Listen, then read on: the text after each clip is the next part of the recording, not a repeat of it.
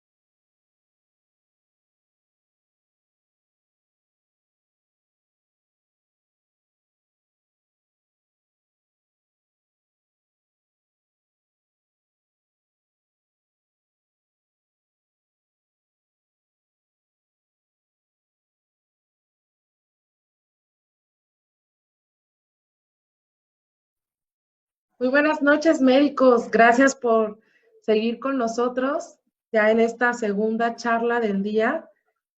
Va a impartir el doctor Alberto Leona Peñafiel de procedimientos quirúrgicos más comunes mediante la técnica de cirugía de mínima invasión. Bienvenidos, gracias por acompañarnos. y esperamos que estén disfrutando tanto como nosotros de este foro de bienestar animal en pequeñas especies, y les recordamos que también vamos a tener premios al final de esta última charla. De hecho, por ahí vamos a tener un lápiz electrocauterio, una backpack y diferentes libros que esperamos les estén gustando. Déjenos sus comentarios en la página de Facebook acerca de qué les está pareciendo este foro de bienestar animal. Muchas gracias. Doctor Alberto, ¿ya estás por aquí con nosotros? Ya, por aquí estamos. Perfecto, doctor. ¿Ya estás listo para esta segunda charla? Listísimos ya. Pues muy bien, doctor. Vamos a seguir la misma dinámica y adelante. Gracias. Perfecto, vamos a empezar.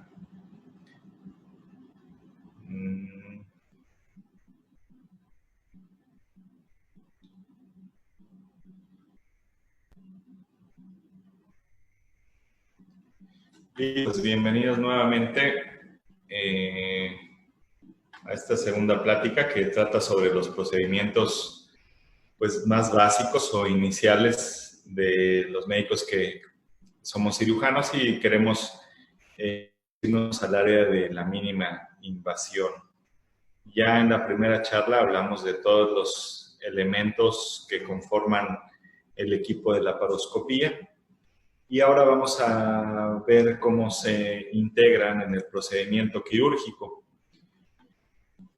Muchas preguntas muy interesantes que respondíamos hace rato y nos lleva un poquito a colación esta introducción sobre los procedimientos de mínima invasión.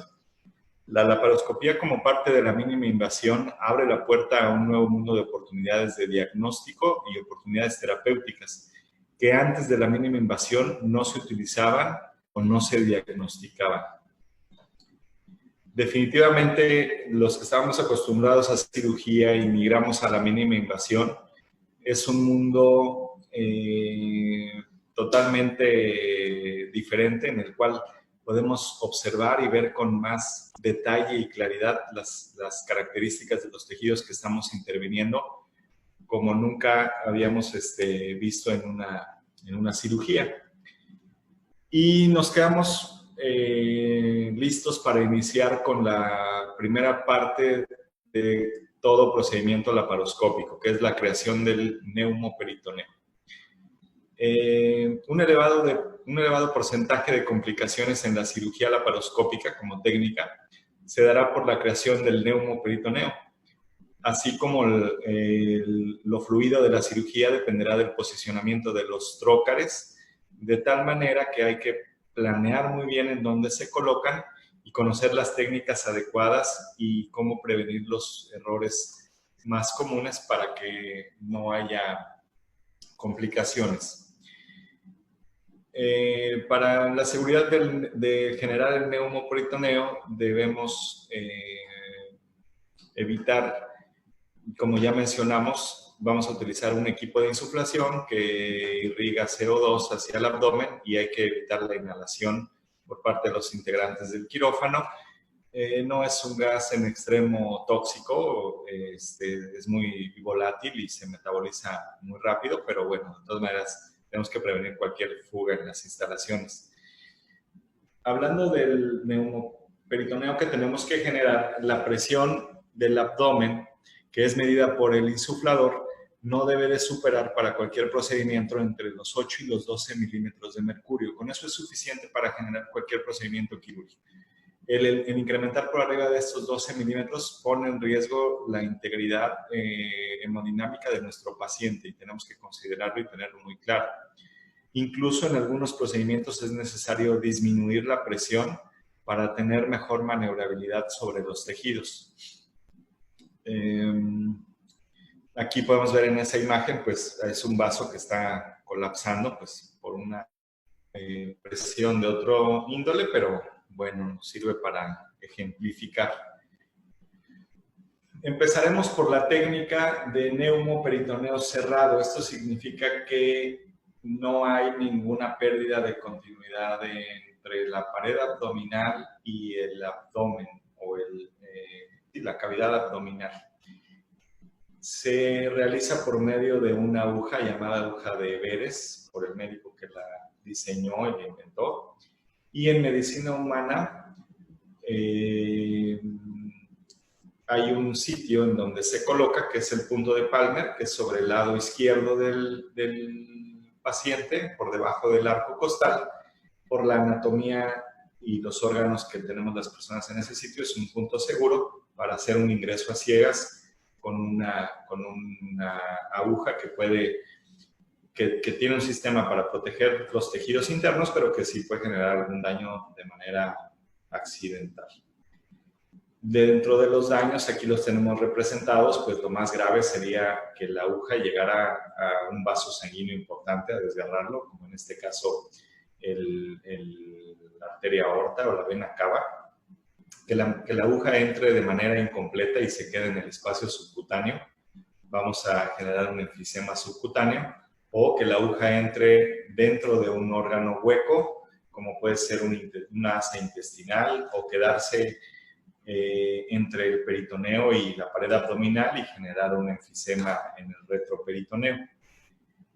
Se han hecho estudios en encuestas y en documentación de diferentes procedimientos quirúrgicos. Hay un artículo muy grande de ginecólogos en personas, en los cuales reportan pues cuál es su experiencia con este tipo de técnica, porque es una técnica muy usada y estandarizada en personas, y se ha logrado tener ciertos criterios para disminuir los riesgos de presentar un accidente.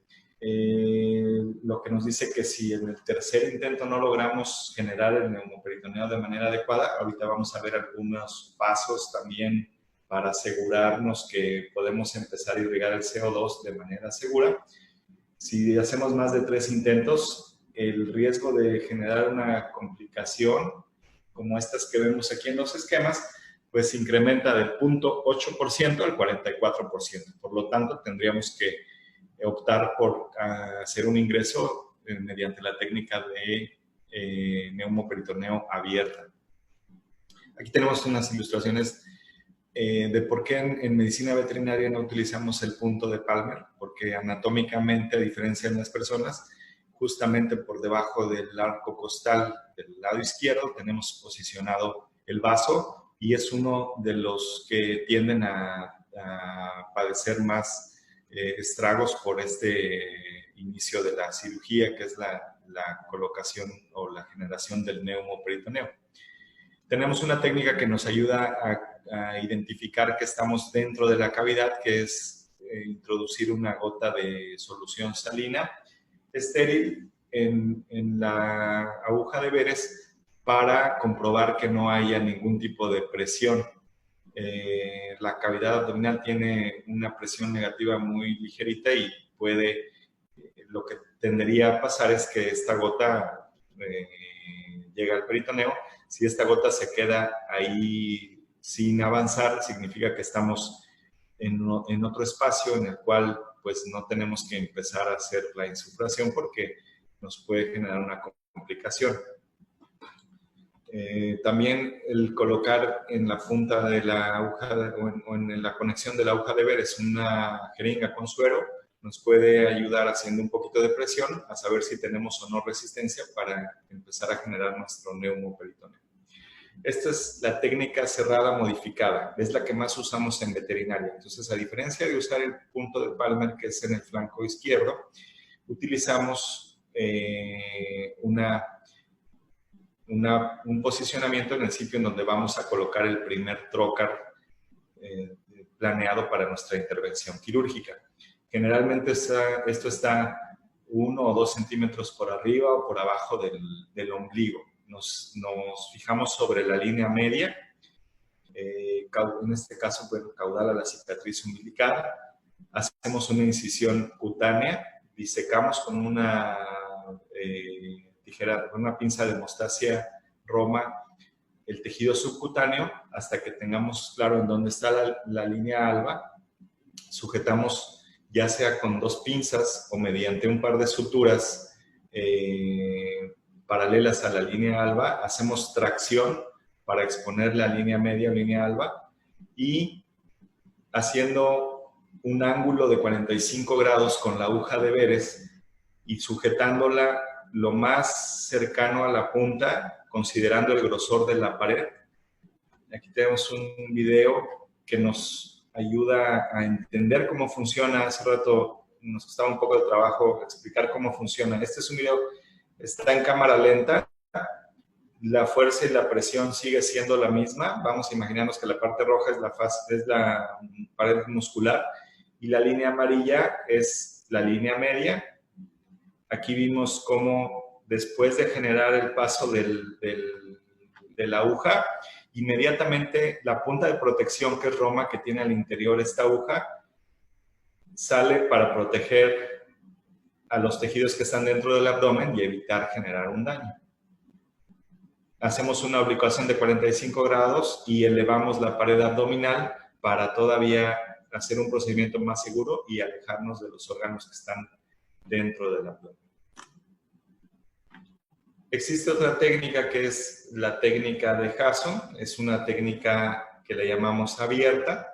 También consiste en hacer una incisión no mayor al diámetro del puerto que vayamos a colocar en ese sitio, para que después no encontremos fugas del aire. Vamos a hacer una incisión sobre la piel, vamos a disecar tejido subcutáneo igual con una pinza de hemostasia, pues de preferencia curva y Roma, hasta llegar a la línea media. Vamos a sujetar paralelo a la línea media, incisión en la línea media y en el peritoneo. Una vez que ya hicimos la guía para que ingrese este tipo de trocar, vamos a notar que este trocar tiene un punzón, que es la parte de color blanco que está por dentro, y el trocar es todo lo transparente. La parte blanca es el punzón y tiene una característica de ser redondeado, de ser rombo. Con esto garantizamos que no haya un daño o una perforación de un órgano hueco. Si hacemos demasiada presión, pues vamos a lograr dañarlo. Un método para evitar el daño al momento de ingresar el primer trocar, que es un ingreso a ciegas, es colocar un dedo igual con cierta distancia del trocar para no permitir que este se siga introduciendo y que de manera agresiva pueda dañar algún otro órgano parenquimatoso o algún órgano hueco. En nuestra práctica diaria hemos hecho esto que es como una técnica híbrida entre Hasson y Veress, porque utilizamos una aguja que no es aguja de Veress propiamente, a pesar de que la tenemos. Nos hemos adaptado muy bien a esta técnica y esto nos da la seguridad y la confianza de poder introducir el primer trocar una vez que ya se generó el neumoperitoneo.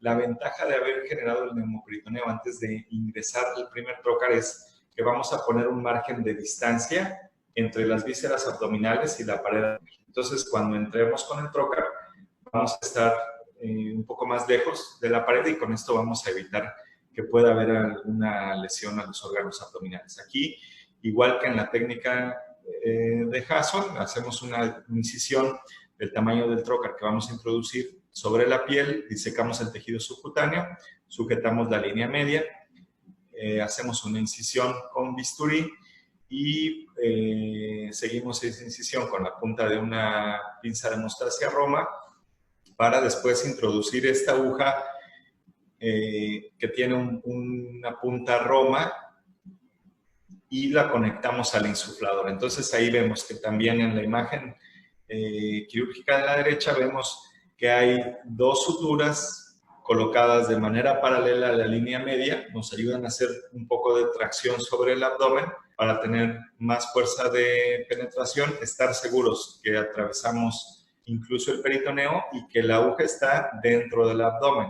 Practicamos la misma prueba de pase, de irrigar un poco de líquido o una gota para ver que estamos dentro del abdomen, y una vez hecho esto, conectamos la manguera del insuflador, como vemos en la imagen de ahora.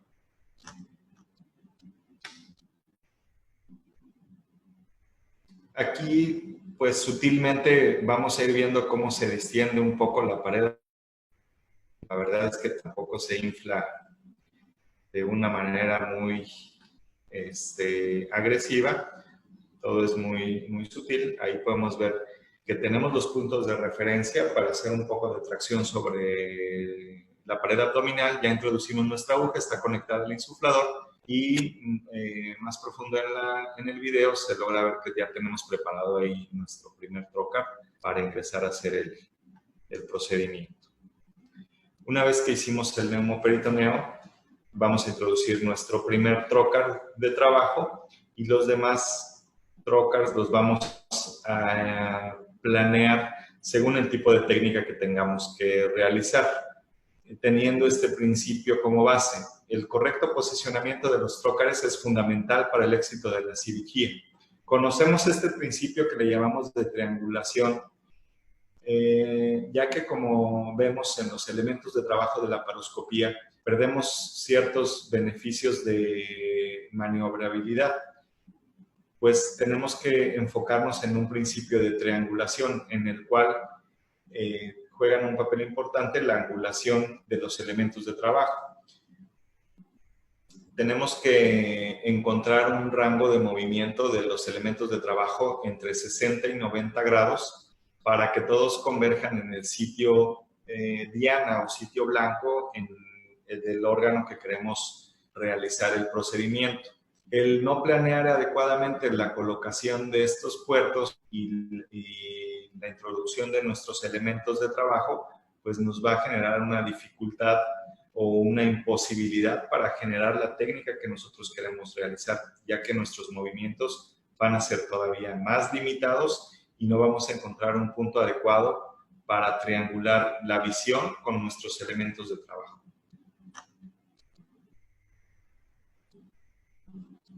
En la entrada de los trócares también cerrada, la mayoría de los trócares cuentan con un sistema de cuchilla que tiende a ser retráctil, parecido al sistema de la aguja de Veress, en donde se retrae la cánula que vemos ahí de color amarilla y una vez que termina la resistencia de la pared muscular, de la pared abdominal, nuevamente se sobrepone la capucha de plástico protegiendo los bordes cortantes de la hoja afilada.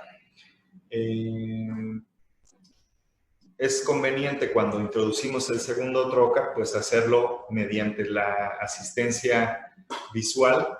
Ya una vez que colocamos el primer trocar, introducimos la cámara y empezamos a enfocar el sitio en donde vamos a colocar el siguiente trocar.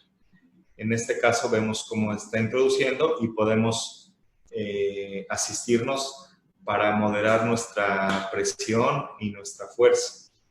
Todos los trocars están provistos de una llave para que ingrese, para que podamos conectar la manguera del insuflador. Y esa llave puede estar abierta o cerrada. Cuando vamos a colocar el segundo trocar es importante mantener esa llave cerrada para que una vez que estemos ingresando no tengamos pérdida del neumoperitoneo y al haber una disminución del neumo, los órganos abdominales se acercan más a la pared, y es más fácil que dañemos una víscera. Cuando hacemos una asistencia sobre la piel generando una incisión antes de introducir el trocar, es muy importante que no sea mayor al diámetro del trocar que vamos a utilizar para evitar los riesgos de tener fugas o de que los trocars queden en una posición en la cual se deslicen y no mantengan su posición de manera firme. Aquí tenemos un ejemplo de los nuevos trocars que se han generado, los cuales tienen cierta rosca en su superficie para que todavía esto nos ayude a generar una mejor fijación y menor pérdida de gas del abdomen hacia los tejidos intermedios, como puede ser el subcutáneo, y que nos complique formando un enfisema subcutáneo. Los trocars pueden tener diferentes diámetros, ya habíamos comentado, 3, 5, 10 y 12 milímetros. como se van tratando de encontrar nuevas medidas para prevenir las complicaciones, en el hospital actualmente contamos con este tipo de trocars, que son trocars que tienen una óptica. Este es el primer trocar. Aquí podemos ver una cubierta de plástico que está protegiendo a nuestro lente. Ya hicimos una primera incisión de Hasson, hicimos el neumoperitoneo. Ahí podemos ver perfectamente la fascia muscular, el músculo, y ahí ingresamos ya y estamos viendo la vasculatura de la curvatura mayor del estómago. Ya dejamos fijo el trocar, retiramos el punzón junto con el lente y entramos nuevamente ya solamente con el lente. Nos hace un poco, está un poco empañado el lente porque tiene que acostumbrarse a la temperatura abdominal, es un punto importante. El lente está a la temperatura medio ambiente y cuando entra a la temperatura del abdomen puede tender a empañarse. Para eso hay algunos elementos o estrategias en la manera de ingresar y en la manera de preparar el equipo para evitar que se empañe. Aquí estamos viendo nuevamente el video. Ahí está la fascia y la pared muscular.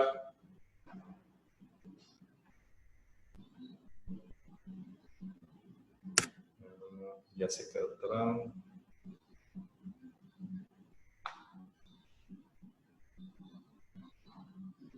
Vamos a esperar un poquito porque se atoró aquí la presentación. Este método es más seguro para evitar el tener complicaciones en la introducción de los trocars de manera cerrada.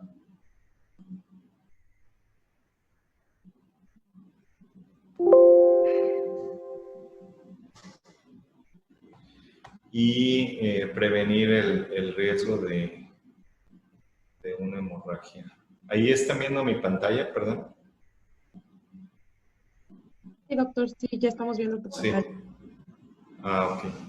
Nada más que ya la ahorita, hoja está en blanco. Sí, como que me botó la presentación, pero ya se está cargando otra vez.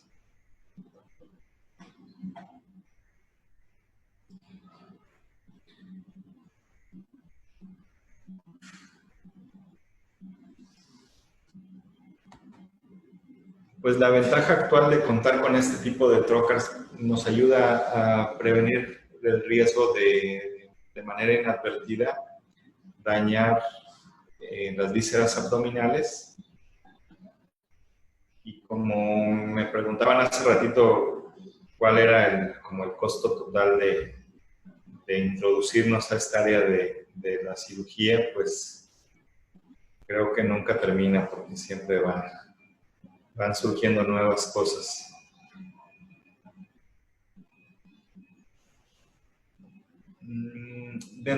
¿Cuáles son las complicaciones más frecuentes que podemos encontrar? Tendríamos que decir que alrededor del 50% de las complicaciones que se presentan en una cirugía laparoscópica están dadas por la generación del neumoperitoneo. Una vez que nosotros dominamos esta técnica o eliminamos los factores de riesgo, disminuimos en un 50% el riesgo de alguna complicación. Y el otro 50%, pues, por medio de nuestra práctica, nuestra experiencia, el equipamiento que tengamos, el tipo de procedimiento que tenemos que realizar. Las más comunes es generar un enfisema subcutáneo. ¿Qué complicaciones tiene? Pues puede ser muy moderado, puede ser leve, puede ser severo. Y dependiendo de eso, pues la verdad es que será el tiempo que le tome al organismo reabsorber ese aire que está libre. No nos refleja mayor complicación. Esto tiende a resolverse en un cabo de 12 a 24 horas sin causar mayor complicación. Por lo general no tenemos que hacer nada, ni drenarlo, ni colocar un vendaje compresivo. Es algo que gradualmente va a ir disminuyendo. Hay que platicarlo con el propietario solamente, pero es una complicación que puede pasar, es indeseada. ¿Con qué frecuencia nos pasa? Muy baja. La verdad es que conforme uno va ganando experiencia, este tipo de de condiciones suceden menos. Las lesiones a las vísceras, pues ya veíamos que hay diferentes estrategias para prevenirlas. En lo particular, nosotros usamos esa técnica de Hasson modificada con esa aguja o cánula de bordes redondeados. Aún así, pues sí hemos llegado a tener algunas lesiones en vísceras. Por ejemplo, el vaso es el que más sufre. En este caso, es como el 50% de las lesiones que se generan es en el vaso. Son hemorragias temporales, 4 o 5 minutos se detienen y pues no pasa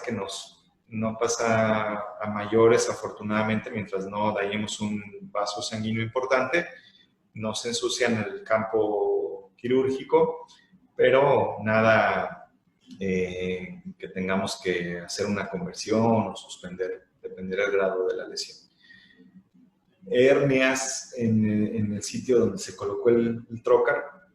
Dentro de la curva del aprendizaje en este tipo de procedimientos es algo que tiende a suceder en un inicio y que con la experiencia técnica y del cirujano se va corrigiendo. Sí nos llegó a pasar en algunos pacientes, evidentemente pues lo resolvíamos aceptando que pues era un riesgo de complicación.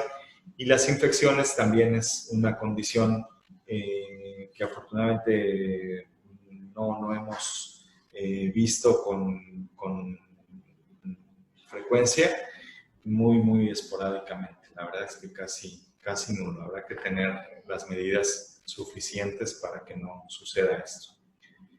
Se han generado artículos en los cuales, exclusivos en veterinaria, nos demos cuenta que la laparoscopía pues no es algo nuevo ni que estemos inventando. Realmente hay clínicos que están sumergidos en este tema desde hace muchos años y han generado investigaciones muy importantes.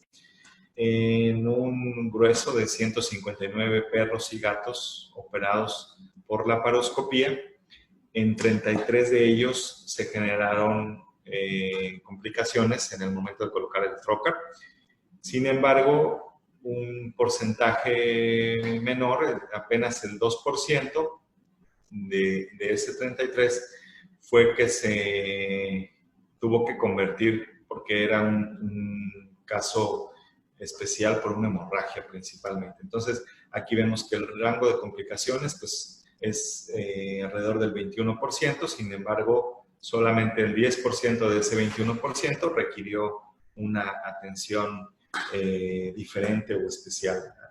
Muchas de esas complicaciones fueron complicaciones menores y que no ameritaron ni la interrupción ni la conversión del procedimiento. Entonces, el riesgo de incidencia de este tipo de complicaciones es muy bajo.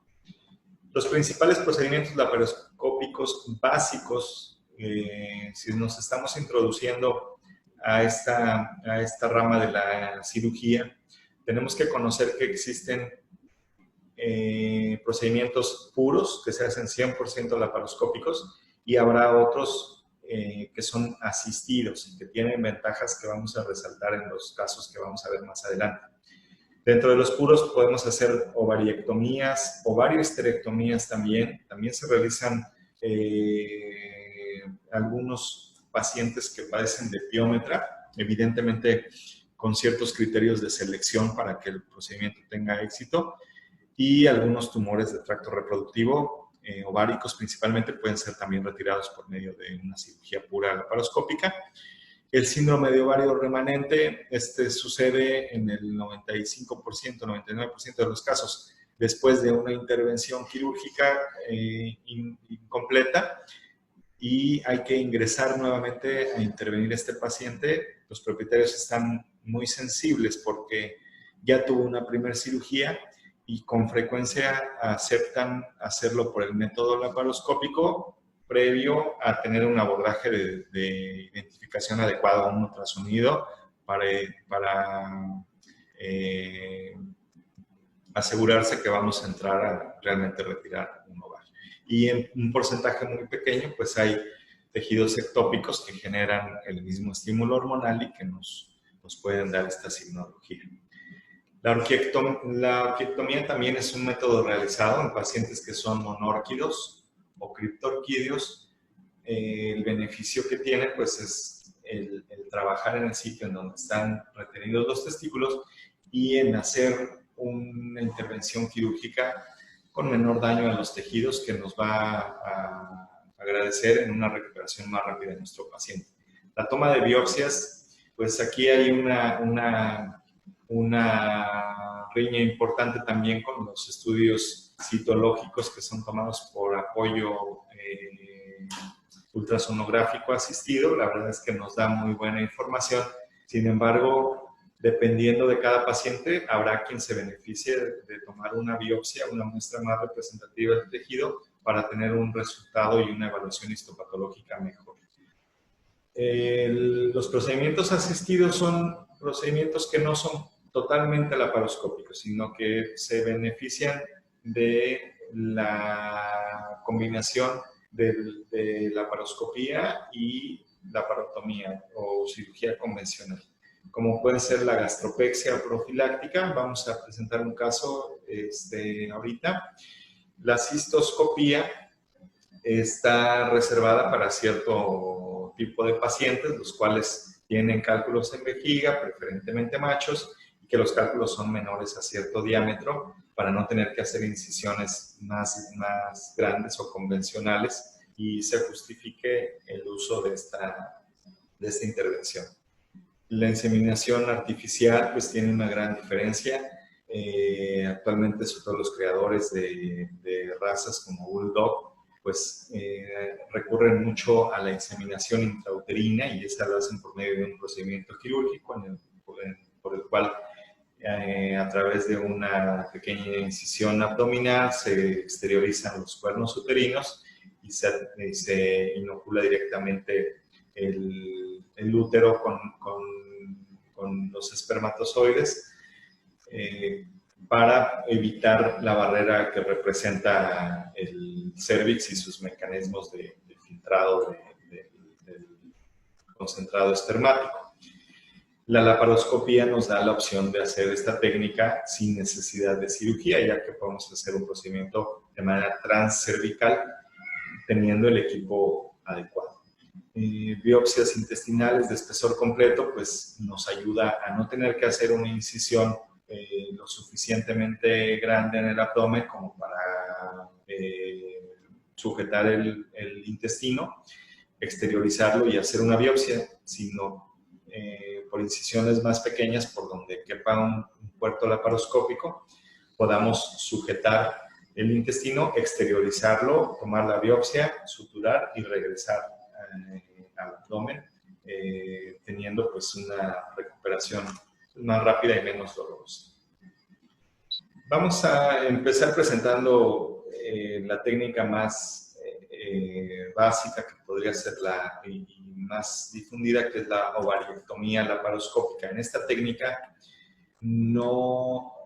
a pesar de que se puede realizar ovariohisterectomía, tenemos justificaciones científicas que nos dicen que no es del todo necesario. Sobre todo, los estudios nos marcan que por tradición y más presente a nivel de Latinoamérica y algunos otros países, tenemos por tradición retirar ovarios y el útero. Sin embargo, este estudio dirigido por el doctor de Tora, que tiene ya una trayectoria importante en este tema, nos cuestiona si es necesario retirar los ovarios y el útero o solamente los ovarios. ¿Cuáles son las repercusiones que puede tener el útero que se queda y se van los ovarios? La verdad es que la mayoría de las enfermedades graves que le pasan al útero es por culpa de los ovarios. Entonces, mientras yo me asegure de retirar a los ovarios, es muy baja la incidencia de presentar tumores o inhibimos la posibilidad de presentar hiperplasia endometrial-quística o piómetra o hidrómetra o mucómetra una vez que retiramos el estímulo hormonal. Y en el caso de lo que puede llegar a generarse en el útero, que nos quedan un poco los tumores, pues disminuye por mucho el índice en este estudio nos dice que el 0.03% de los tumores pueden ser uterinos, entonces es algo extremadamente bajo. Y en este estudio nos dice también que de ese 0.03%, solamente el 0.003% son malignos. O sea que casi el 97% de los tumores son benignos, tienden a ser leiomiomas que resuelven por medio de una intervención quirúrgica y el paciente va bien. ¿Con qué incidencia? Pues con esa incidencia del 0.03%. Entonces, realmente concluimos que no es necesario retirar el útero si no tiene ninguna alteración. Por ejemplo, nosotros en el hospital, antes de hacer cualquier procedimiento laparoscópico, siempre hacemos un monitoreo ultrasonográfico para tratar de evidenciar si hay alguna alteración en el útero, y tiene la posibilidad de hacerse solamente ovariectomía o ovariohisterectomía. ¿Qué objetivo tiene la esterilización? Pues básicamente el impedir el estro, el prevenir las montas o las cruzas no deseadas, la huida de casa, la transmisión de enfermedades venéreas en nuestros pacientes, disminuye la incidencia de tumores mamarios, ya que estos sensibilizan a las células tumorales durante los primeros celos, prevenir quistes ováricos, prevenir piómetra, procesos de pseudogestación, favorece algunos problemas de comportamiento y pues también la ovariectomía es el tratamiento adecuado para la resolución del ovario remanente. Esta técnica quirúrgica tiene un bajo índice de conversión. Hay estudios que nos marcan un índice de conversión de un 3% en algunos casos particulares por la existencia de adherencias o alguna hemorragia que haya salido de control. Y además utiliza una serie de instrumentación básica que, igual que en la cirugía abierta, no significa que sea lo adecuado para ingresar a una cirugía. Probablemente en una ovariohisterectomía convencional solo necesitemos 10 piezas de instrumental. Sin embargo, tenemos que contar con una batería adecuada para utilizarla en caso de necesitarla para resolver cualquier complicación o para mejorar cualquiera de las maniobras. Y vamos a recordar anatómicamente cuál es la posición de los ovarios. Aquí podemos ver una amplificación de la zona de los ovarios, en donde vemos su posición caudal al polo caudal del riñón. Podemos observar el cuerpo del útero, podemos observar el ovario. Con el número 6 podemos ver al ligamento suspensorio, en el número 7 está el ligamento propio del ovario, y el 5 marca la trayectoria del pedículo ovárico, que es el paquete vascular que nutre al ovario. Entonces, son nuestros principales 3 puntos que vamos a identificar para hacer este tipo de procedimiento. El instrumental básico para una técnica generada en 3 puertos dependerá el tamaño del lente, como habíamos visto, dependerá el tamaño del paciente.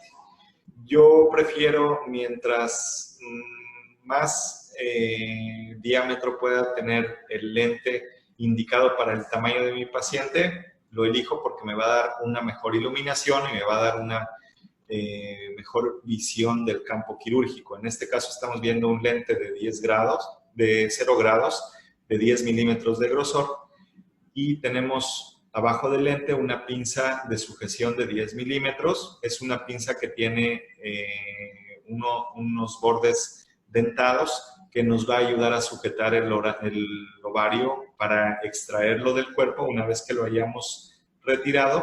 Abajo de eso, con una marca roja en el mango, podemos ver una pinza Grasper, que es una pinza atraumática de sujeción de los tejidos. Nos sirve para manipularlos. Abajo y con el mango del lado derecho vemos una pinza de electrocirugía. Es una pinza en sí que tiene 3 funciones, decíamos, dependiendo de lo que activemos nosotros, puede sujetar tejido, coagular y cortar.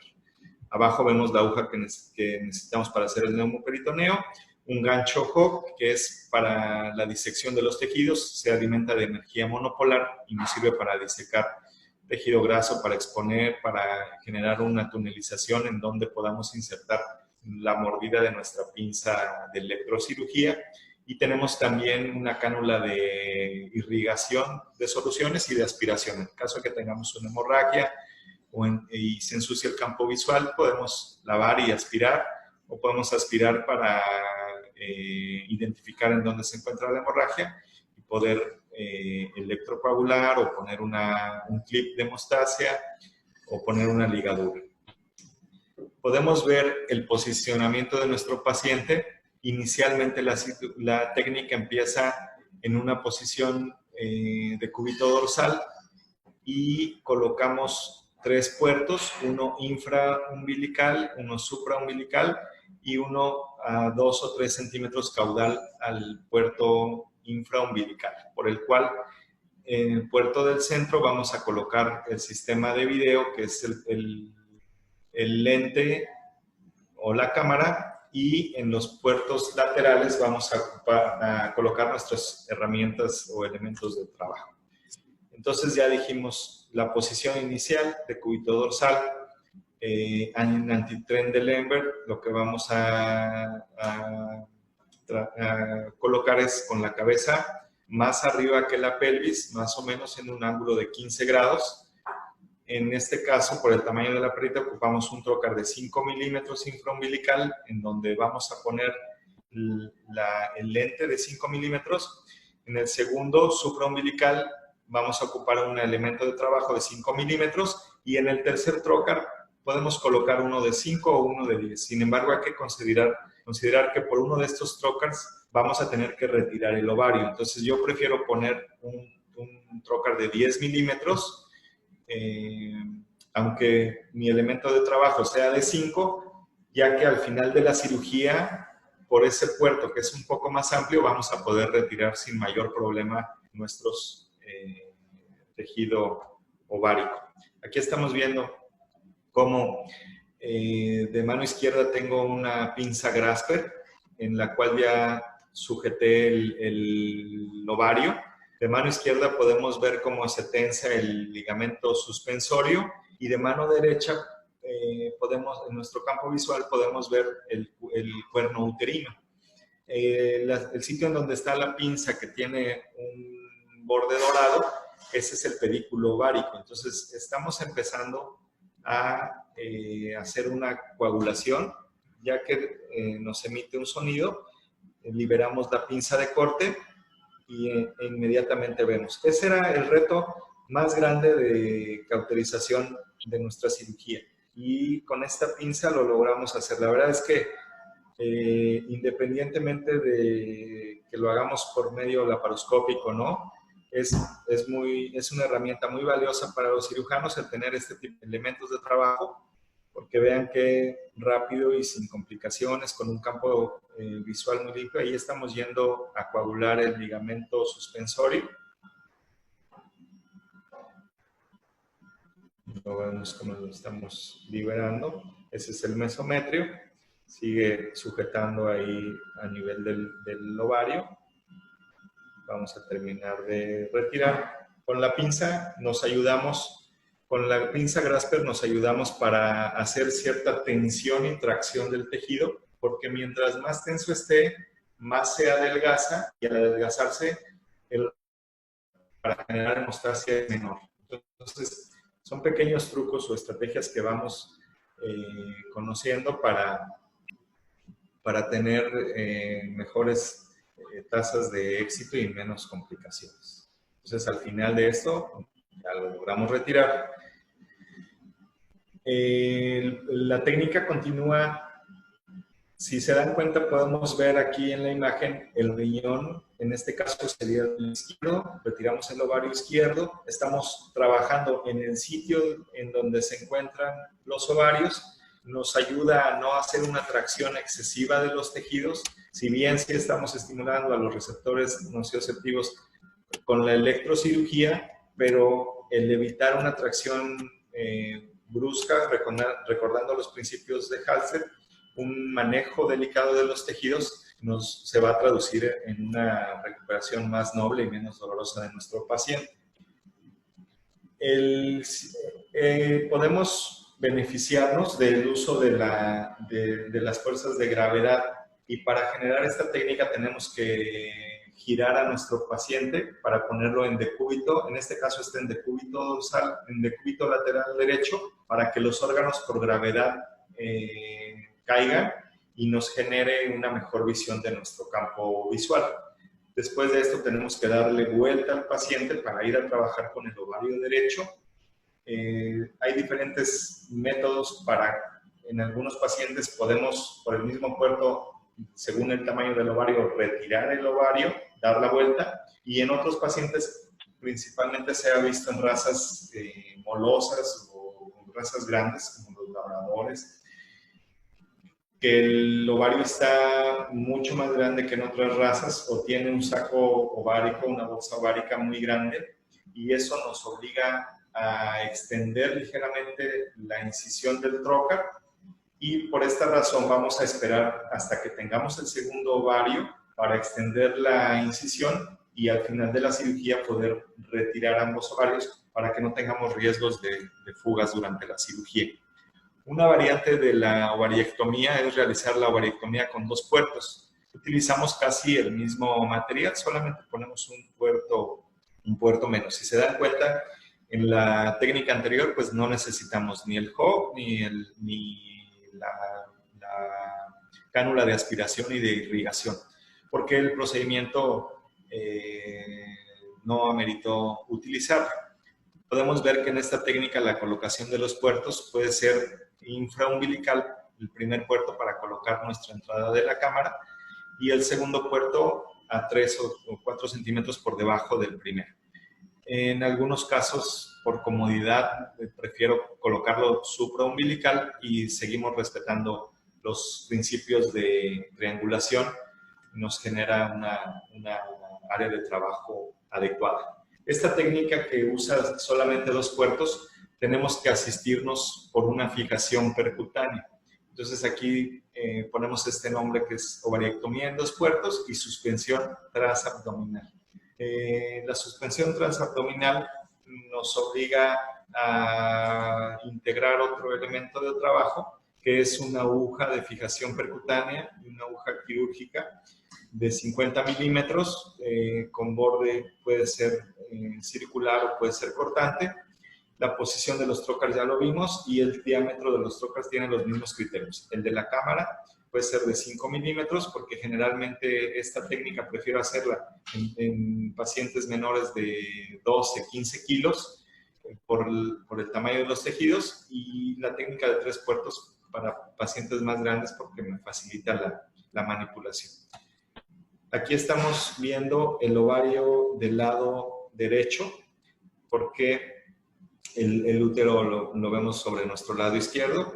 Significa que el polo caudal del riñón está a nuestro lado derecho y corresponde al riñón derecho. Entonces, tomé unas pinzas Grasper. En el primer tercio sujetamos al útero y lo empezamos a elevar y a dar un poco de tensión hasta encontrar un punto en el cual nos gustaría tenerlo presentado para poder empezar a trabajar con la pinza de electrocirugía. Por medio de palpación abdominal externa podemos identificar ahí el sitio en donde yo tengo que ingresar mi aguja. Es una aguja que la ingreso con un portaagujas convencional, es una aguja circular, y cuelgo el útero por el mesometrio, tratando de librar los vasos sanguíneos para que no se contamine mi campo visual con alguna hemorragia. Y por medio de palpación igual externa, hago pasar el filo de la aguja y lo sujeto por fuera con otro portaagujas. Entonces, afuera del paciente hay 2 portaagujas que están sujetando, y con esto ya me ayudaron a presentar el ovario. Ahí podemos ver el pedículo, el útero, el el saco ovárico, que es graso, y al fondo el ligamento suspensorio. Esto me da una posición adecuada para empezar a generar un pequeño túnel aquí a nivel del mesometrio. Ya hay un túnel, ya puedo entrar con mi pinza, sujeto todo el espesor del pedículo y hacemos coagulación y corte en un mismo paso. Cuando no tenemos este tipo de pinzas, pues tenemos que entrar con la pinza bipolar, coagulamos el tejido, sacamos la pinza, metemos la tijera laparoscópica y generamos el sitio de corte. Aquí estamos a nivel del útero, justo atrás del ligamento. Ya cortamos el útero, se ve coagulado, no tiene mayor sangrado. Terminamos con el mesometrio. Y ahora vamos a buscar el ligamento suspensorio, que está un poco tenso. Ahí está. No vemos sangrado. Al final de esta técnica, retiramos el ovario, lo dejamos descansando y nos giramos por medio de visión, ver cómo retiramos la sujeción de la aguja percutánea. No hay ningún tipo de sangrado. Ya podemos estar tranquilos y retirar el ovario o ir hacia el otro sitio.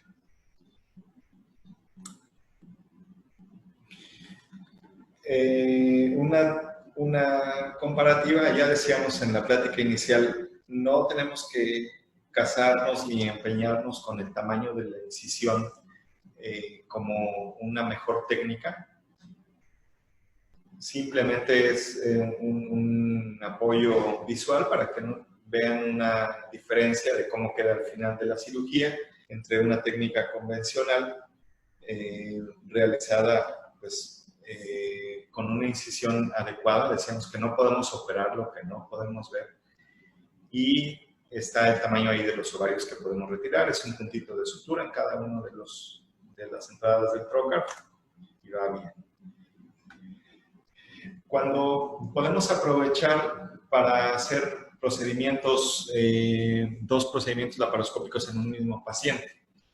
En este caso es un paciente que presenta, aparte de venir a una intervención laparoscópica para esterilización, tiene una hernia inguinal.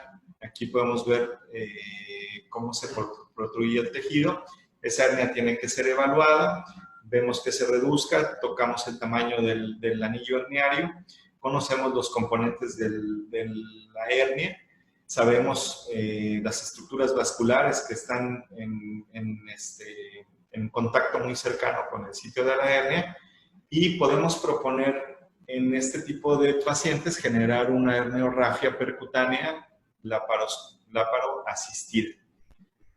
Probablemente una hernia inguinal por sí sola no sea una de las cirugías más complicadas ni tengamos que entrar en la mayoría de los casos al abdomen. Se pueden resolver incidiendo de manera cutánea y después reduciendo la hernia y suturándola. Sin embargo, ya que entramos a hacer una primera cirugía, podemos aprovechar para corregir esta hernia. En este pequeño video queremos ilustrar la visión que van a tener en la técnica quirúrgica. Esto correspondería a la piel, a la intermedio del tejido subcutáneo, la fascia, la pared muscular y finalmente el peritoneo, que también ejemplifica un poco la hernia. Entonces, de manera cutánea hacemos una incisión pequeñita sobre la hernia de 2 o 3 milímetros de longitud y asistidos por la laparoscopía vamos a conducir este tipo de agujas, que son agujas para bloqueo espinal. En su interior tiene una sutura y rodean el borde de la hernia en sentidos opuestos. Al final, por medio de la gasa que tenía una de las agujas, podemos recuperar el resto del cabo de la sutura y con esto generamos el cierre completo de la hernia. Aquí está la posición del paciente. Aquí sí es en tren de Lambert de 15 a 20 grados. Esto significa con la cadera más alta que la cabeza para que los órganos por gravedad nos nos permitan tener un mejor campo visual. Vamos a ir poniendo el video. Ahí está internamente la hernia. Podemos ver el trocar, un elemento de trabajo. Esta fue una cirugía ovariectomía que se hizo con 2 puertos y por esos mismos 2 puertos podemos resolver la hernia. El segundo trocar es igual de 5 milímetros, insuflamos a una presión de 10 milímetros de mercurio, un flujo de 2.5 litros por minuto, utilizamos aguja epidural de 20G y una sutura no absorbible monofilamento. Aquí estamos retrayendo todo el tejido que compone la hernia, es tejido graso, estamos regresándolo, nos asistimos un poco desde afuera, haciendo un poco de presión, e internamente con la pinza Grasper retraemos el tejido graso. Vemos que puede tener algunos pequeños sangrados.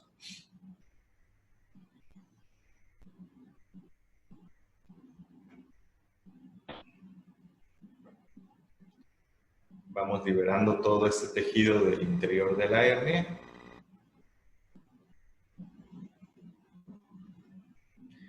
Al fondo a la derecha podemos ver la vejiga, se nos va a hacer familiar su tejido, ¿no? Y su vascularización.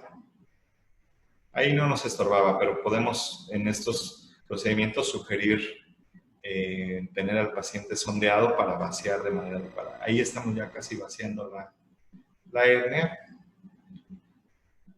Aquí, por razones de tiempo, editamos un poco el video y estamos retrayendo igual un poco el saco herniario. Y por palpación ya hicimos una incisión cutánea en el exterior. Vamos a ir rodeando las paredes de la hernia. Ahí empezamos a ver la aguja. Queremos sujetar pues tejido más fibroso, más firme, para evitar algún riesgo de reincidencia. Ahí podemos ver la luz de la aguja y que tenemos una línea de sutura dentro. Ya una vez que quedó esa sutura ahí, la hacemos deslizar más y finalmente retiramos la aguja que nos ayudó a conducirla por uno de los costados de la hernia. Posteriormente volvemos a cargar esta misma aguja con una sutura, la cual la pasamos internamente para poder generar una gasa o una lazada. Tratamos nuevamente de sujetarnos al tejido que tenga más fuerza del anillo herniario.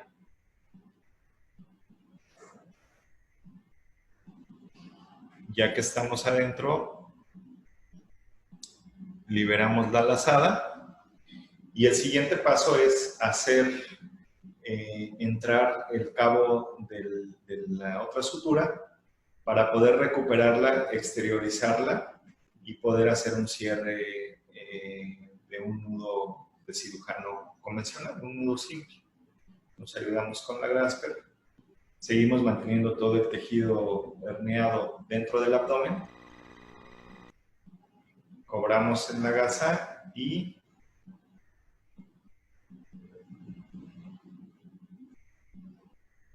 retiramos hacia el exterior el cabo de la sutura. Y ya una vez que hacemos el cierre de los nudos, la hernia está finalmente resuelta, ¿no? Aquí está externamente, pues vemos, ahí están todas las glándulas mamarias, entre las abdominales craneales vemos el primer trocar, entre las abdominales caudales el segundo, y a nivel de caudal de la glándula inguinal izquierda podemos ver un puntito de sutura que corresponde a la sutura de la piel que incidimos 2-3 milímetros para hacer el paso de las agujas con el liner. Bien, bueno, pues otro de las enfermedades que podemos prevenir es esta bastante prevalente, que es la torsión volvulogástrico. Es una etiología multifactorial y no se conoce a ciencia cierta, pero tiene una serie de condiciones que nos hace asociarla, principalmente la raza de los pacientes, perros de tórax profundo. Influye en el tamaño de la croqueta, sus hábitos de alimentación, la actividad que tenga después de la ingesta, la altura o el posicionamiento de donde coma el alimento, el volumen de ingesta que haya tenido, el tipo de alimento que ingiera. Entonces, es difícil predecir o prevenir totalmente el riesgo de esta enfermedad. La tasa de mortalidad de los pacientes que presentan este proceso es del 15 al 24%, aún con atención adecuada. Los pacientes tratados por el síndrome de dilatación torsión gástrica sin gastropexia pueden tener un índice de reincidencia del 55 al 85%, es exageradamente alto. En comparación con los perros que se realiza una pexia después de la resolución quirúrgica o después de la resolución de la dilatación por medio de sondeo, que se reduce al 4.3%.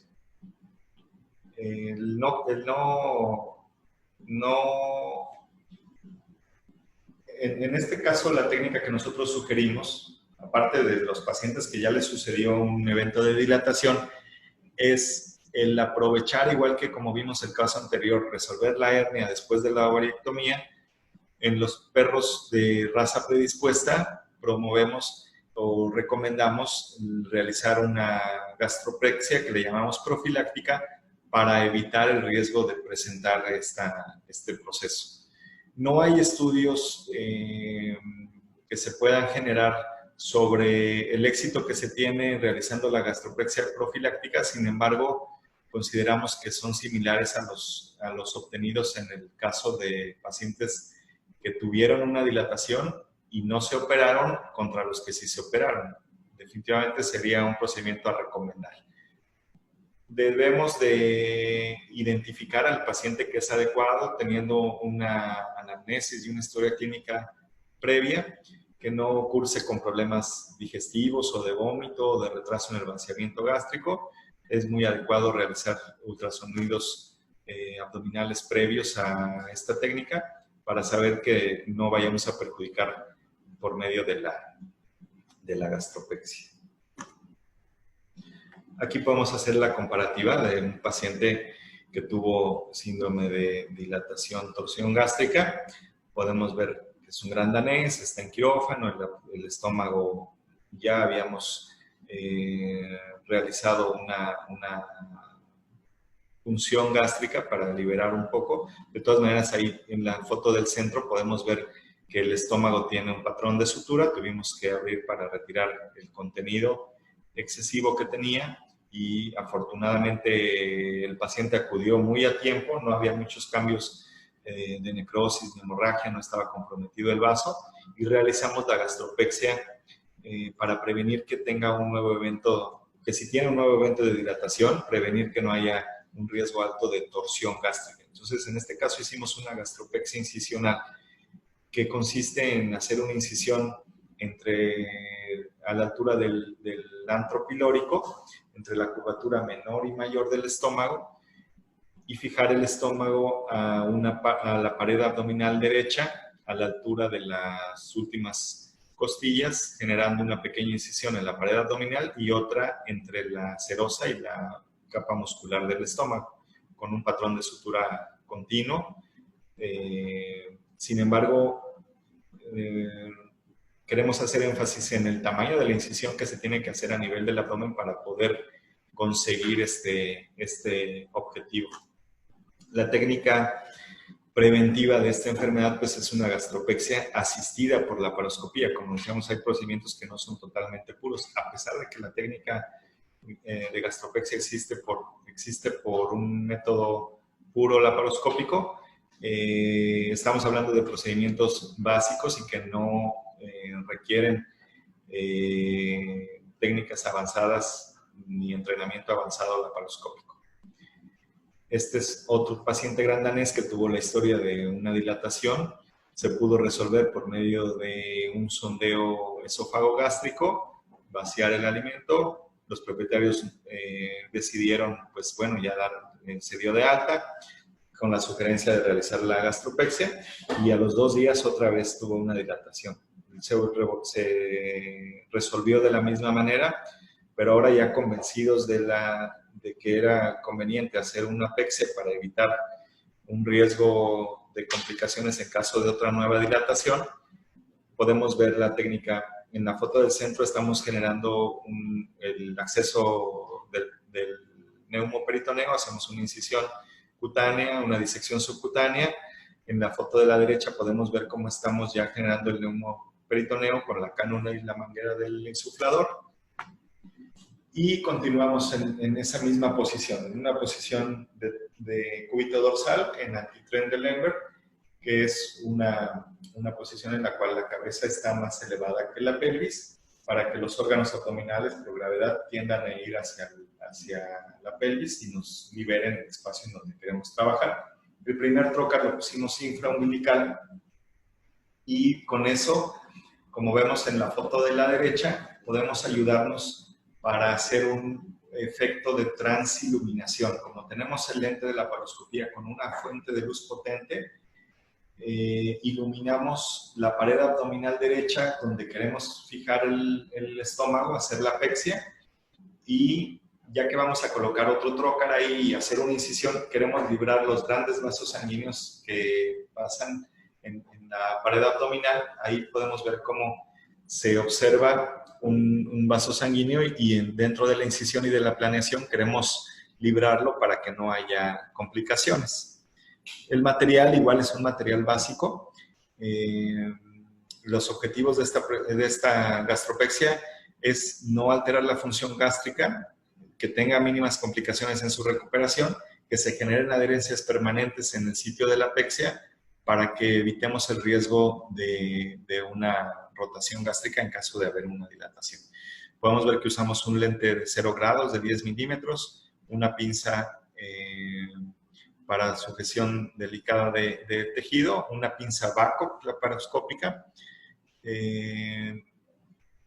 dos trocars de 10 milímetros cada uno, una pinza Hog y el aspirador, y los materiales para hacer el neumoperitoneo.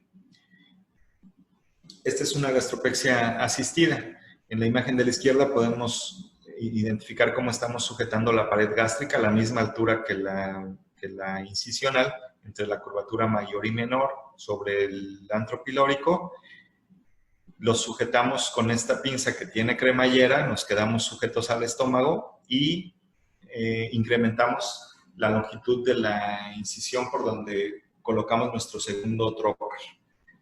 Con esto logramos exteriorizar la pared abdominal, colocamos 2 puntos de sutura de anclaje y nos da la posibilidad de hacer una incisión también sobre la pared gástrica, solamente sobre las capas serosa y muscular, y fijamos con un patrón de sutura continuo o simple y cerramos las capas de manera rutinaria. Con esto logramos hacer una gastropexia, evitamos el tener que hacer una incisión como la del primer caso que vimos y podemos disminuir la incidencia de esta enfermedad. Ahí vemos, después de que fijamos el estómago, volvemos a hacer un neumoperitoneo y podemos apreciar cómo quedó sujeta la pared del estómago hacia el borde de la pared abdominal derecha. Y el tamaño de la incisión, pues los 4 puntos de sutura simples.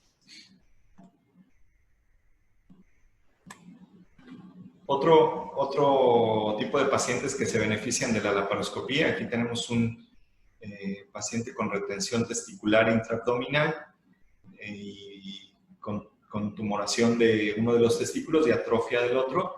Pues para hacer una exploración adecuada y retirar el tejido tenemos que hacer una incisión abdominal con la técnica convencional. Disecamos el tejido, exponemos los testículos, disecamos el paquete vascular, ligamos y termina la técnica. Cerramos la pared abdominal de manera convencional.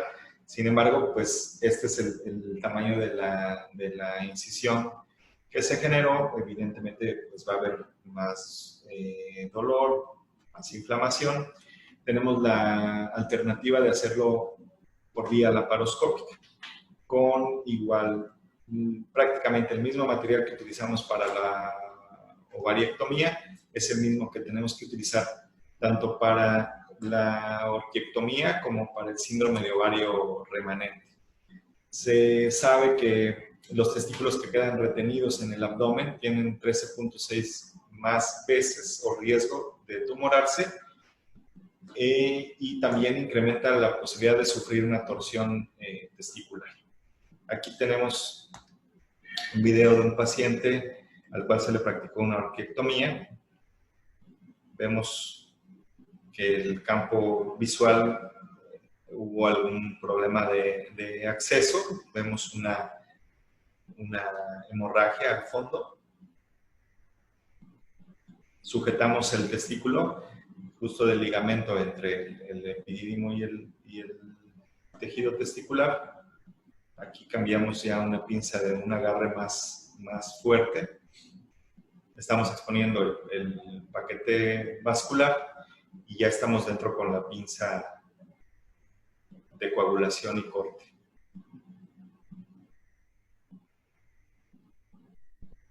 Son vasos sanguíneos. Este es un paciente, son vasos sanguíneos gruesos de un diámetro, de un calibre importante, alrededor de 3-4 milímetros. Es un paciente de 30 kilos y tenía un testículo retenido en la cavidad abdominal, el otro lo tenía escrotal. Entonces, este lo retiramos por la laparoscopía y el otro por una incisión preescrotal. Podemos ir viendo cómo generamos el corte y coagulación del tejido.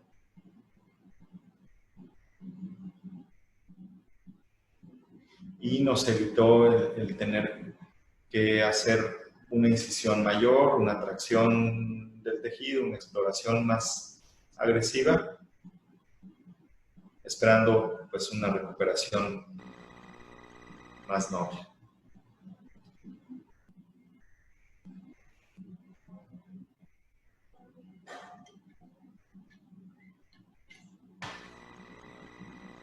Ahí tenemos ya el testículo totalmente liberado. Ya nada más falta extraerlo de la cavidad abdominal.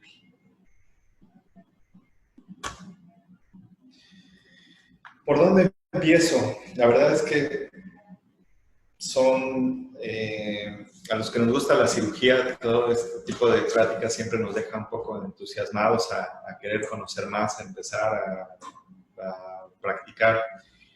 Y estas técnicas, como hemos dicho desde un principio, requieren de un proceso de aprendizaje comprometido y arduo y constante. Hay técnicas que pueden clasificarse como diferentes niveles, pero esto no es nada diferente a cómo aprendimos la cirugía convencional. Hay una serie de acciones que tenemos que ir conociendo, le llamamos que es un tipo de aprendizaje piramidal en el cual nos apoyamos primero de los textos especializados en el área para empezar a conocer y a reconocer los elementos de trabajo. Este tipo de charlas nos dan un panorama general de cómo se trabaja en este tipo de cirugías. Existen cursos, existen talleres prácticos, básicos, intermedios, avanzados. Hay diferentes habilidades a desarrollar y tenemos la ventaja en este tipo de técnicas que existen simuladores de varios tipos. Este tipo de simuladores nos ayudan a generar habilidades y a desarrollar experiencia y familiarizarnos con el trabajo y el equipo sin tener que poner en riesgo la vida de un paciente o un animalito de experimentación. Lo utilizaremos en el momento en el que sea indicado o adecuado, pero mientras hay simuladores para poder entrenarnos y desarrollar las habilidades. Hay centros de enseñanza y de aprendizaje muy especializados. Hay colegas que nos han pedido hacer una estancia en el hospital o quieren algún taller sobre las principales habilidades para que ustedes en casa puedan seguir practicando, y también es muy recomendable. hay que ir, como decíamos, en una barrera de conocimiento escalonada, y conforme vayamos desbloqueando cada escalón, pues podemos ir avanzando en nuestro aprendizaje hasta llegar a desarrollar una práctica segura y una práctica adecuada. La bibliografía, pues, es muy, muy importante. Hay libros que son básicos o pioneros para todos los que nos gusta esto. Por estar hablando de nivel Latinoamérica, pues nuestro libro guía es este libro de técnicas de mínima invasión en pequeños animales, en donde participan varios colegas aportando datos importantes de cada técnica. Una lectura muy explícita con videos, tiene vínculos a videos, tiene bastantes imágenes, y es solamente una parte del escalón del aprendizaje. Entonces, acercarnos a este tipo de literatura nos ayuda a conocer más.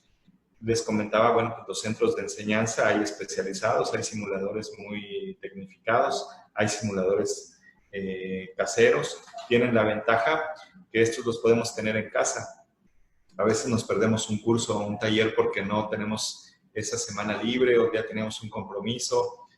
Los simuladores o entrenadores físicos nos ayudan a poderlos utilizar cuando nosotros tenemos un tiempo libre. Es una herramienta muy valiosa para todos los que nos dedicamos a esta área de mínima invasión.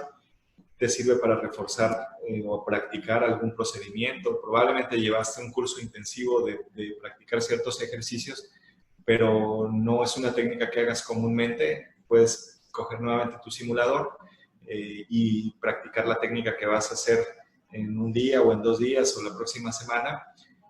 Practicar tus métodos de familiarizarte con que estamos trabajando en 2 dimensiones, con la manipulación de las herramientas de trabajo, con los movimientos que tú tienes que hacer, porque es un movimiento, pues, en el cual si nosotros bajamos la punta de nuestro elemento de trabajo físicamente o visualmente, va a ir hacia arriba. Toda esa ubicación espacial tenemos que irla generando o irla desarrollando. El equipo de la paroscopía, he visto, tengo muchos colegas que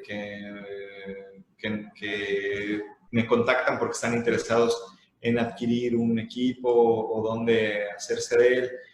Si es una buena inversión, si se justifica. Justo ahora en la charla me preguntaban cuántos procedimientos se hacían, qué tipo de procedimientos. Son equipos versátiles. Hay algunos que están específicamente diseñados para ser portátiles y son como las computadoras, todo incluido, todo en uno. Y también tiene cierta capacidad de ser portable. Nosotros, dentro de nuestra zona, hemos ido a hacer procedimientos laparoscópicos a hospitales cercanos que tienen todas las condiciones, y también sirve este tipo de procedimientos. Ellos calendarizan 2 o 3 esterilizaciones laparoscópicas y nos coordinamos para poder hacer la visita. Conocen el equipo, hacen las técnicas, miden un poco el impacto en su mercado, y al ofrecerlo sin necesidad de tener el equipo en la clínica, pues empiezan a generar difusión sobre la técnica y probablemente tenga una buena aceptación en sus pacientes sin el riesgo de tener que hacer una inversión importante de inicio. Entonces, bueno, pues también se generan este tipo de alternativas. Esta es una práctica en una exploración de una articulación. Y comentábamos dentro de la torre de la laparoscopía que existe un equipo de documentación en el cual nos ayuda para generar imágenes que después nos sirven para evaluar el desempeño que tuvimos dentro de la cirugía, algún error, alguna complicación. Y también una ventaja es que generamos este tipo de videos que son informativos para el propietario. De plano el propietario llegó y dijo, pues sí lo opero, pero me tienen que dar un video de que lo operaron, porque Todo ahora lo ponemos en el Facebook, en Instagram, y este video fue exclusivamente para el propietario, y hemos generado otros que son para difusión de las técnicas y lo que se hace en el hospital. Este video está disponible, si alguno de ustedes lo quiere, me mandan un WhatsApp y se los mando para que si quieren empezar a hacer difusión como de la técnica en sus clínicas, pues puede ser un elemento adecuado. Entonces, de manera práctica se le explica ahí y muy visual al propietario, y después de esto tengan por seguro que viene el conocido, el primo, el tío de esta persona y quiere operar a su perrita Iber.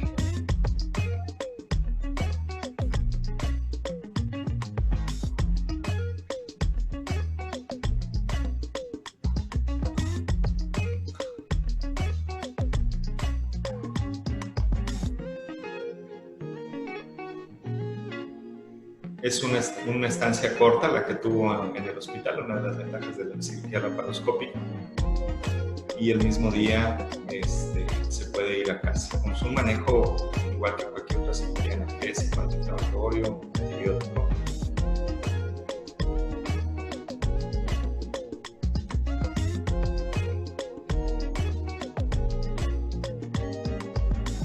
Dentro de otros alcances que tiene también la cirugía, el tener una torre de laparoscopía, no significa que podamos hacer todos los estudios de mínima invasión. Este es otro video que realizamos una resolución de cálculos. Esto no sería laparoscopía, sería endoscopía rígida, porque entramos por un orificio natural. Ese orificio es por medio de la uretra. Estamos viendo el abordaje de diagnóstico, el equipo que utilizamos, un cistoscopio, una canastilla de recuperación. Ese es la uretra. Vemos que hay un nodulito obstruyendo la uretra. La mucosa ha generado moco, hay algo de sedimento. Logramos regresar este cálculo hacia la vejiga. El paciente tiene que cubrir ciertos requisitos para ser susceptible a esta técnica. Esta es la punta de la canastilla, nos ayuda a regresar el cálculo hacia la vejiga y podemos seguir avanzando con el cistoscopio por la uretra hasta llegar a la vejiga, y podemos visualizar la cantidad de cálculos que hay allá adentro. El criterio que tomamos para aplicar este tipo de técnica en la perrita fue el diámetro de los cálculos, que no sean mayores. Por medio del ultrasonido, el cálculo que estaba obstruyendo a la uretra nos ayudó a ver que su máxima capacidad de distenderse de la uretra en la luz era de 1 centímetro. Pudimos medir algunos de los cálculos más grandes que se veían en el ultrasonido y ninguno de ellos superaba el centímetro. El máximo tenía 1 centímetro. Entonces decidimos realizar esta técnica y después de varios ingresos con la canastilla retiramos el 100% de los cálculos, hacemos una exploración final en donde sí hay lesiones y hay alteraciones en la vejiga. Sabemos que aquí están todos los floritos que retiramos y el paciente se fue a su casa igual el mismo día. O sea, una recuperación, una estancia corta, y nos genera pues una satisfacción en poder ayudar y tener una estancia tan corta. No hubo una cirugía, el tiempo del procedimiento duró prácticamente lo mismo o incluso un poco menos que la cirugía abierta, sin los riesgos de complicaciones que de pronto puede representar una cistotomía. Bien, y bueno, pues por mi parte eso sería todo. Espero que haya por ahí algunas dudas. Con gusto las comentamos. Claro que sí, Doc. ¿Ya hay algunas preguntas? A ver, vamos a... De hecho, muchos médicos están interesados en los videos que acabas de compartirnos. Sí, claro.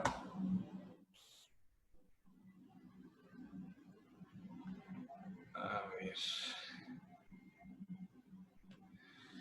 Adolfo, gracias por este interesante. Gracias. María Inés. Causan la piómetra también. Bueno, no sé si era de la otra pregunta, creo que era lo del útero anteriormente, pero no. Si nos aclaras, lo resolvemos. Valeria, al ser una cirugía de mínima invasión, ¿qué analgesia ocupan? Realmente el grado de analgesia se lo dejamos totalmente a nuestro anestesióloga. Ella determina dependiendo del procedimiento, pero es muy similar a la que hacemos en cirugía abierta. La verdad es que no nos detenemos, a pesar de que consideramos que el grado de molestia y de incomodidad, de inflamación, de medidas que se promovieron para generar dolor son menores. Aún así, utilizamos, dependiendo del procedimiento, AINES o combinamos AINES con opiáceos. En algunos procedimientos hacemos bloqueos regionales para que el paciente tenga una mejor recuperación, que nos permita hacer mejor el procedimiento. Por ejemplo, la nariz es muy sensible. En los pacientes que hacemos rinoscopías, aún estando en un plano anestésico 2 o 3, tienen una sensibilidad que puede generar movimientos bruscos de la cabeza y lastimarlos o lastimar el equipo, que como decíamos, pues no son equipos muy económicos. Margarita, hola, buenas noches, muy buena ponencia. Me gustaría preguntar a usted, ¿recomendaría esta técnica quirúrgica para pacientes jóvenes menores de 1 año? ¿O tendría mayor complejidad con respecto a la fisiología, metabolismo y tamaño de los órganos en un paciente joven? ¿Cuál sería la edad para poder realizar la técnica? Pues si nos referimos a la esterilización, nos marcan pacientes mayores de 6 meses para que disminuyamos los riesgos de presentar algún problema por falta de desarrollo al retirar las hormonas de manera prematura. Fuera de eso, no hay ninguna contraindicación para utilizarse esta técnica. Los criterios en edad serían los mismos. De pronto estamos limitados en algunos procedimientos de mínima invasión, pues al diámetro de los equipos que hay en el mercado y las técnicas que queremos hacer. Querer entrar a una uretra de un gato, imposible, o de perros muy pequeñitos, está imposible. Mitzi, ¿a qué edad recomiendas realizar la gastropexia? Pues la gastropexia puede realizarse por sí sola o cuando se realiza la esterilización. En cuanto a pautas de esterilización, sabemos que mientras más temprana sea, el beneficio puede ser mayor a nivel de prevenir tumores de glándula mamaria. Entonces, igual a partir de los 6, 8 meses, cualquiera de las dos técnicas no tiene mayor problema, y sabemos que mientras más joven el paciente, su recuperación es mejor y más rápida y fluida. Muchas gracias por los temas, doctor. Un saludo, Ivonne. María del Carmen, muchas gracias. Gracias a ustedes por acompañarnos. Silvia. Ahí dejé mis números de contacto. Ojalá hayas podido tomar alguno de ellos. Gabriela Rosas, médico, ¿nos puede proporcionar su correo electrónico? Sí, si quieres ahorita lo ponemos nuevamente. Ya lo pusimos, o si me ayuda Jessica a compartir mis datos y a ella la contactan, adelante. María del Carmen, muchas gracias. Sí, bien. Proporcionar correo, sí, ya está el correo. Enviar este video, sí, claro, ahí está igual mi número de WhatsApp. Me pueden mandar el WhatsApp y se los envío con mucho gusto. Me pueden enviar el video, sí. Yo quiero el video también. Si se ganan el libro, se los cambio por el libro. Verónica, por favor, me envíe el video. Sí, en caso de hemorragia, ¿cómo se extrae? Se extraería el sangrado. Bueno, en caso de hemorragia, veíamos en la práctica anterior, tenemos diferentes elementos, igual que en cirugía abierta. existen grapas de hemostasia. Es importante tener un elemento de irrigación y de aspiración, porque eso nos va a aclarar el campo quirúrgico si encontramos alguna hemorragia. Hay trocars auxiliares que nos ayudan a controlar hemorragias. Hay esponjas hemostáticas que podemos colocar. Todo dependerá del tejido que esté con la hemorragia.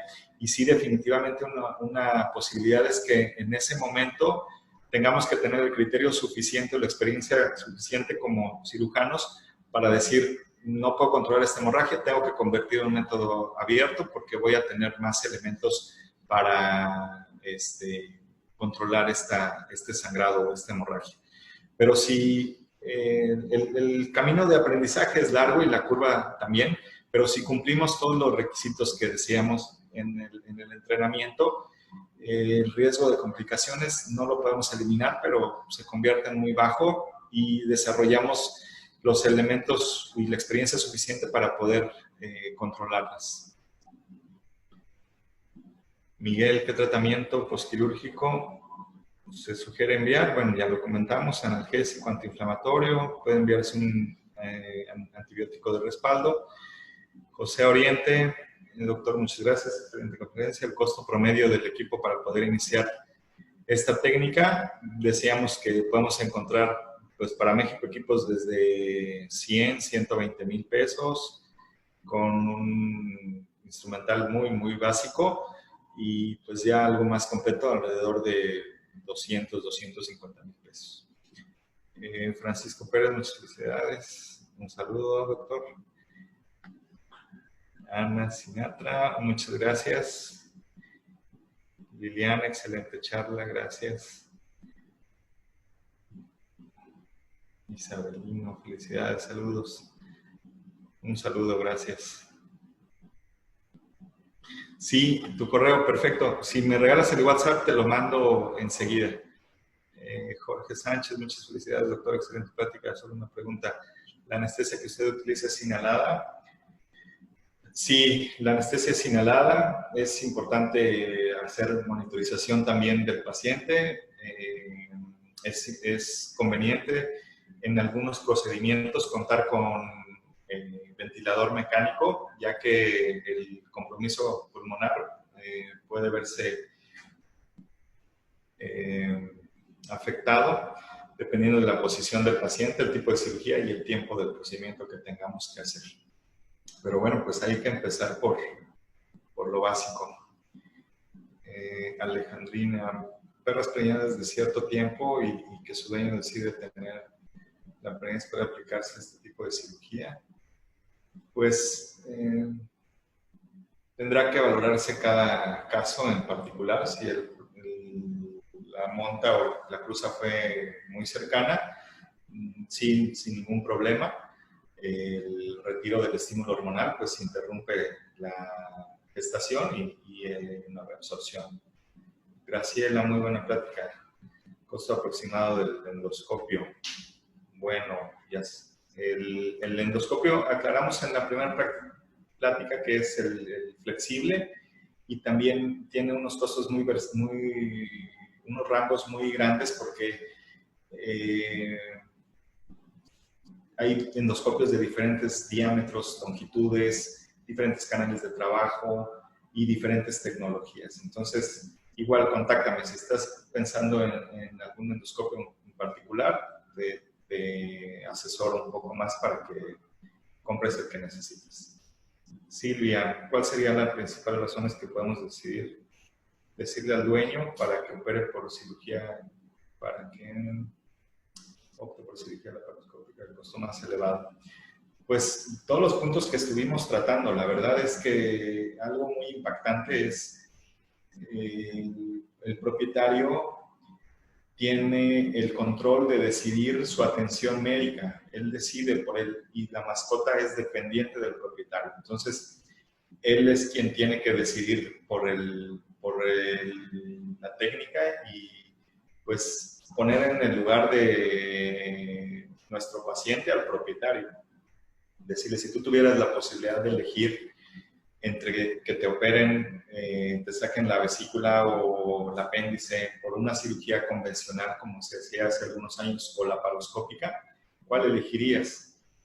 Créeme que si tú lo comparas con los costos que hay en medicina humana, la diferencia que nosotros ponemos, por lo menos, es de risa, ¿no? Un set de trocars desechables de cirugía laparoscópica puede costar 5,000 pesos sin problema, y se utiliza de manera ideal como por paciente. Evidentemente hay trocars que son reusables, y bueno, pues también nos vemos en el caso de esterilizar los trocars, aún siendo desechables, llevan un proceso de reciclaje para poderse usar en otro paciente, porque son consumibles muy costosos. Definitivamente sí hay pacientes y propietarios que están dispuestos a pagar el costo, y eso les va a dar mucha satisfacción a ellos saberlos todo de menor invasión, con las ventajas que ya estuvimos viendo toda la charla, ¿no? Menor dolor en la recuperación, más noble, incisiones más pequeñitas. Todas esas son ventajas que tienen sobre la otra técnica. ¿Hay algún problema si se esteriliza a los 4 meses de edad? Entonces se recomienda 5 o 6 meses por lo menos para evitar problemas. Meli. Martín Flores, gracias. Mari Carmen, muchas gracias. Alejandro, gracias por compartir. Un gusto. Fátima, ¿cómo limpio el empañamiento que sucede en el campo visual? Bueno, hay diferentes estrategias. La primera es que podemos valernos de algunas soluciones para temperar el lente.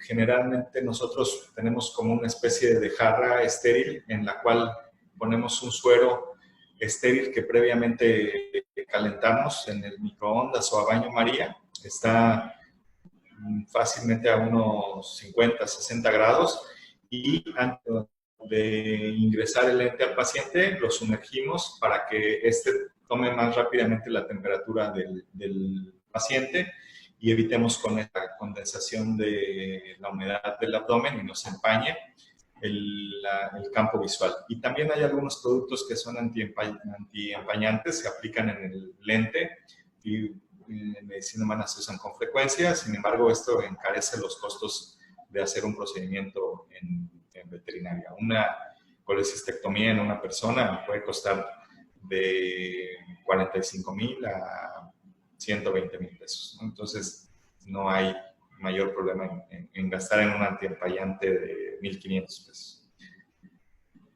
Gracias, doctor, por compartir sus conocimientos. Gracias, Carlos. ¿En qué raza es más común hacer la gastropexia? Razas de perros con tórax profundo. Doberman, pastor alemán, gran danés, afgano, galgos. Esas razas son las más predispuestas. Luis Alberto, bueno, ahí está tu teléfono. Por ahí puse mi teléfono, si me puedes mandar el WhatsApp, te agradezco. Diego, ¿cuál es el método más usado para esterilizar el equipo de laparoscopía? Necesita hacerse un proceso de desinfección. El método más usado es, muchos de estos elementos pueden introducirse al autoclave, y hay algunos elementos que son más delicados. Si contamos con la esterilización con gas, sería lo más adecuado. Sin embargo, también encarece los costos de los procedimientos, y esterilización química en frío nos ayuda para asegurar una buena esterilidad de equipos, que es riesgoso introducirlos al autoclave porque puedan averiarse y son equipos costosos. Elizabeth Rocha, gracias, un saludo. Gabriel, buenas noches. Precios de los equipos, ya lo comentamos. Silvia nos pone su correo. Gabriel, gracias, Gabriel. Roland, gracias por compartir. Saludos desde Guerrero, un saludo. Bueno, pues saludos de regreso también. Ángel, con respecto a la recuperación postquirúrgica, ¿cuál es el tiempo en diferencia de la cirugía convencional? Cuando nosotros estamos proponiendo hacer un procedimiento con cirugía convencional o cirugía laparoscópica, generamos una expectativa en el propietario. Sin embargo, no bajamos la guardia con el tema de utilizar de manera adecuada analgésicos, antiinflamatorios, hacer una correcta premedicación y tener un correcto manejo postquirúrgico para que el paciente no tenga dolor. Sin embargo, yo creo que nuestros pacientes en general tienen una recuperación muy noble. Sí alcanzamos a percibir que el paciente que se opera por la laparoscopía vemos menos signos de dolor postoperatorio, están más activos, tienen apetito más rápido. Claro que esto depende también un poco del umbral del dolor del paciente. Y juega un papel importante el hacer énfasis en que la técnica que hacemos es ovariectomía. En nuestra práctica podemos empezar también a realizar ovariectomías, aunque lo hagamos por cirugía abierta, y esto puede tener un impacto positivo en la recuperación de nuestros pacientes. La recuperación de un paciente operado por laparoscopía presenta menos inflamación, menos dolor, una recuperación más rápida, hay menos daño de los tejidos, no hay exteriorización de los tejidos. Si viste en los videos, muy poco sangrado o nulo, no necesitamos meter una gasa. Una gasa finalmente es un cuerpo extraño que puede generar adherencias, que puede generar un cierto proceso inflamatorio. Perrita en celo persistente, bueno, pues hay que identificar cuál es la causa. Hay perritas con celo partido, habrá que identificar su interés en reproducirla. Si está presentando problemas hormonales y no es su objetivo reproducirla, bueno, la esterilización puede ser una técnica oportuna para que evitemos el riesgo de algún otro contratiempo o alteración. Y pues hacer estudios más específicos dependiendo de la respuesta de estas primeras preguntas. Bien, bueno, pues creo que fueron todas las preguntas. No quiero desaprovechar la oportunidad para agradecer al Laboratorio Chinoí por la invitación. Espero que les haya sido de utilidad la información. Hay mucha más información, pero bueno, esta es la parte introductoria. Bien. Pues doctor, muchas gracias. Increíble presentación, tus videos también muy explícitos, y solo me gustaría comentarles que cómo a través de pequeños orificios puedes hacer grandes operaciones, ¿no? Así es. Es impresionante esta técnica. Y pues esperamos que les haya gustado estas dos pláticas de hoy, que el doctor nos hizo favor de explicarnos acerca de la cirugía de mínima invasión. Y les queremos agradecer también por estar hasta este momento conectados con nosotros en este tercer día del Foro de Chinoí de Bienestar Animal en Pequeñas Especies. Y doctor, ¿te parece si